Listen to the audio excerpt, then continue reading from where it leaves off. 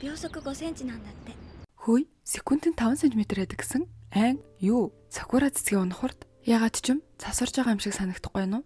Гиснэл гинэтгүйгээд галт тэрэгний хаалтны араар орсноо. Такаги дараа жил ч гэсэн хамтдаа сакура цэцгэлгийг харуулгоё доо. Токиогоос яваад нэлээд удаж захиа бичиж байгаа ч тэнд цаг агаар сайхан байгаа. Гэхдээ л Токиогоо санаж байгаагаа бас дээр нь чи намайг санаж байна уу гэх үгс.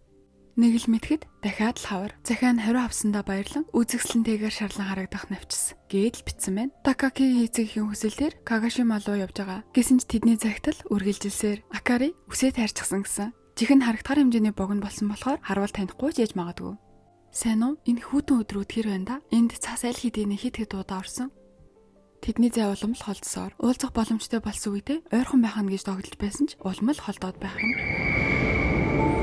Нэг л мэдгээд цаг хугацаа өрсөн өнгөрч бүтэн 1 жил болчихлоо. Урдын адил л нэгэндээ захиа явуулсаар. Гэхдээ энэ удаа тэд 1 жилийн ой дээрээ уулзах гэж байгаа. Амлсан өдрийнхөө 7 цагт өртөөний хүлээлгийн өрөөнд хүлээж бай. Дулаахан хувцаслаарай. Хоёулаа л ойролцоо нэг сургууль орж ирээд тэрнээс хойш нэгэнтэйгээ байнга цагийг өнгөрөөдөг. Үзэл бодол нь чих тохирдог хүмүүс байсан. Ангийнхан нь хүртэл жоох юм байж гээл холбож шоолдог байхад хин хинэн тэр зүйлд хит их хэмзэглэдэггүй байсансан. Шинжукугийн сүүлийн зогсоол анх удаага л ийм хол ганцаараа явж байгаа. Дээр нэмээд удаан уулзаагүй хүнтэйгээ уулзна гэхээр битүүхэн догтлоод дахиад л дамжин сууж ийн. Хизээш ирж байгаагүй газар Акира гинтэл нэг өдөр гэрлүүн залгаад шилжих болсноо хэлсэн. Тэр хэцүүхэн өдөр хин энд нь хэцүү байгааг харах шаардлагагүй мэдэрчээсэн. Дахиад л дамжин суух юм байна. Нэг гал тэрэгний эхлээс эцсийн буудал хүртэл бараг 4 удаа гал тэргээ сольж ийн. Гадаа үнэхээр хүтэн. Ядаж гадаа цасурж байгаагаас нь болоод гал тэрэг хоцорно гин. Энэ тооцоолоогүй үр дүнгээс нь болоод сандрал нь бүр чих нэмэгдээд байгаа. Явах тусмал гал тэрэг өртөө бүр дээр 10 минут алдаад очих газар төхөөчгүй байхад 7 цаг. Ийм найдваргүй өртөө л урам нь хуурч. Түүний хүлээгээ санаан зовж байгаа хта гих хэцүүхэн бодлоо толгойд нэргэлцээр.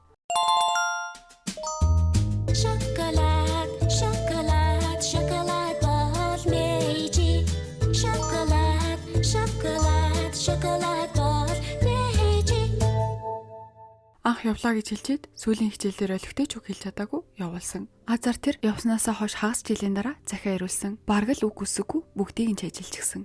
Дахиад нэг гал тэрэг солих хэрэгтэй юм байна. Цаг. Дараагийн гал тэрэг 8.15 дэрнэ гэж юу? Тэсгэн мөтөнд анх удаага гэрээсээ ийм хол явж байгаа хүүхэд цаг агаараас олж унаа сатж олдог гэдгийг нь бодох нь битэл өлсөж ч магадгүйгээд амандаа хийчих зүйлч бодлого гарсан байгаа. Ядаж хахад түүний гарт нь өгнөгээд бараг 2-7 хоног бичсэн цагтлаа салхинд алдчихлаа. Одоо очсон ч байгаа болов. Байсан ч гэсэн би яах вүлээ? Гээд л готраад байж итэл эрхэм үйлчлүүлэгчдийн анхааралд цаснаас болж цагийн хуваарьт өөрчлөлт орсон тул хэсэг зогсох шаардлагатай боллоо. Завгүй үед нь төвөг утсанд хөлжил өчье. Одоо бол цагийг харахаас ч яаж ийн. Яг л эндээ хоосон талд гал тэрэг 2 цаг зогссон. Минут бүр нь хэдэн цаг шиг санагдан дотроос нүгээр хэлхийн аргагүй байдалд оруулж уйлахгүй тулд шүдээ зууж төвчгээс өр зүйл хийж чадахгүй байгаадаа урам нь хугарч. Гуйж Накари гэртээлэр тарьсан байгаасэ. Хүлээгээгүй байгаасэ. 11 цаг 15 минут. Мэдээж хинч түүнийг тосохгүй, хинч түүнийг хүлээгээгүй. Одоо хаашаа явах бэлээ? Гээл готруухан гарахад хин нэгний хараад бэн гэж төсөөлөөгүй байсан болохоор өдийг хүртэл төвчж ясан нулимсууд нь өөрөө ирэхгүй урссаар амар хөөрхөн хоол хүртэл бэлдээд ирчихсэн. Хэдийгээр хөрсөн ч гэлээ үүнээс илүү амттай хоол энэ дэлхий дээр байхгүй мэтэл. Өнөөдөр энд ирж уулзж байгаа шалтгаан нь удахгүй дахиад л нүүх гэж байгаа болохоор зайн одоо байгаагаас нь бүрч ихсгээс өмнө уулзахыг хүссэн. Одоо л ирэх гал тэрэгч байхгүй буцаа харахчгүй болсон болохоор түүнтэй цуг явахаас өөр аргагүй.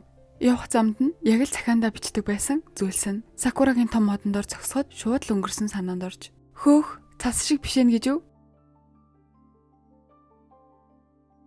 Энэ л үед сэтгэл сүнс гих зүйлсийг хаана байдгийг мэдэх шиг болсон. 13 жил амьдарсан бүхий л зүйлээ хуваалцаж байгаа мэт. Тэгээ дараагийн мөчөд тэсхийн аргагүй үнгэлсэн. Бид цаашид хамт байж чадахгүй тодорхой гэдгийг мэдэрч энэ бүхий л бодлыг нүргээж буй мэтэл дулаахан тэврэлт. Тариалангийн бяцхан байшинд шүнжин ярилцаж өнгөрөн өглөө хамгийн ихний гал тэргээр Акирагаас би холдон утсан. Тэдний хин нь нэгэндээ зориулж бичсэн загтлаач өгч чадсангүй.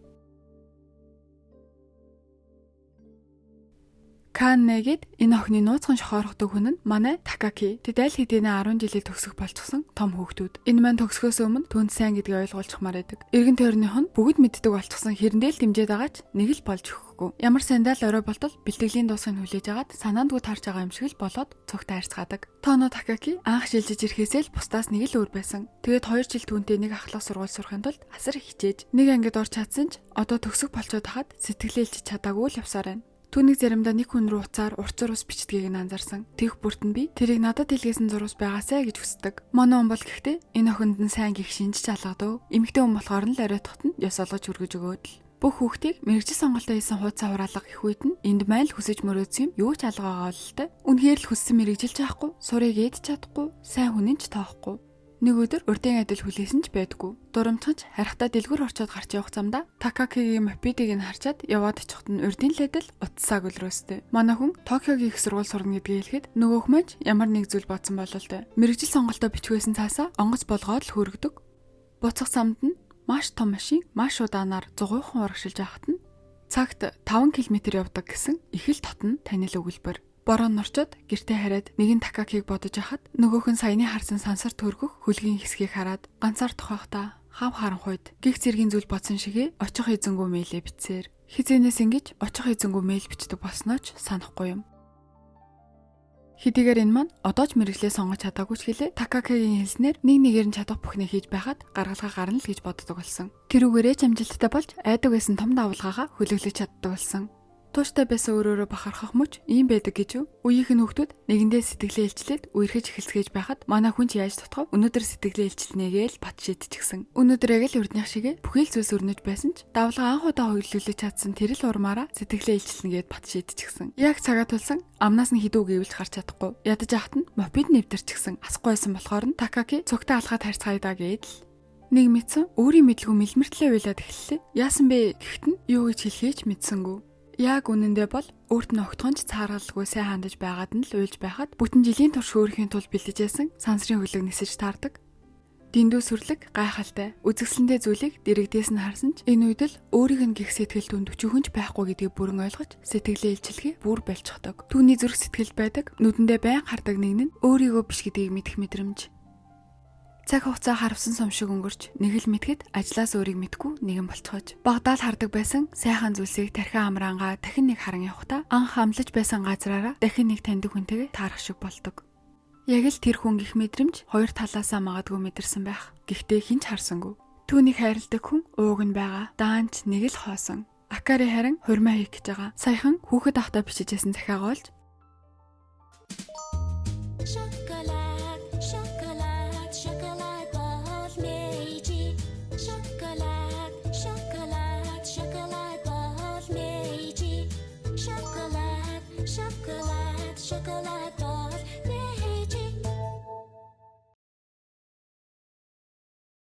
ганцаарлыг дандаа мэдэрдэг болцоож хизэнээс яагаад эдгэж мартаж амьдралын утга учир нь өөрөө хаана байгаа юм бэ?